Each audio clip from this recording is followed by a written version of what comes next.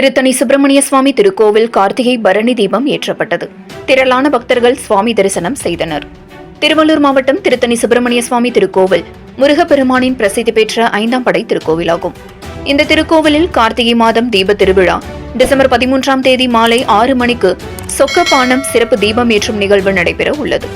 இதற்கு முன்னதாக டிசம்பர் 12 வியாழக்கிழமை திருத்தணி சுப்பிரமணிய சுவாமி திருக்கோவில் மலை மீது மூலவர் முருகப்பெருமானுக்கு சிறப்பு பூஜைகள் அபிஷேகங்கள் செய்யப்பட்ட பின்பு 108 அகல் விளக்குகள் வைத்து சிறப்பு பூஜைகள் செய்து தீபம் ஏற்றப்பட்டது.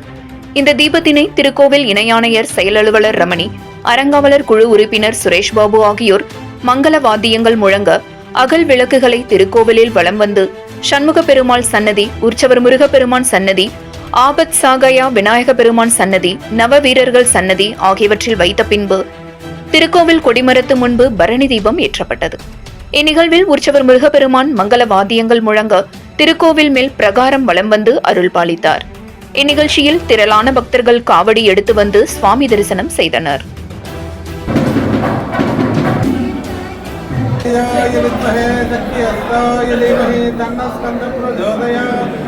பிரம்ம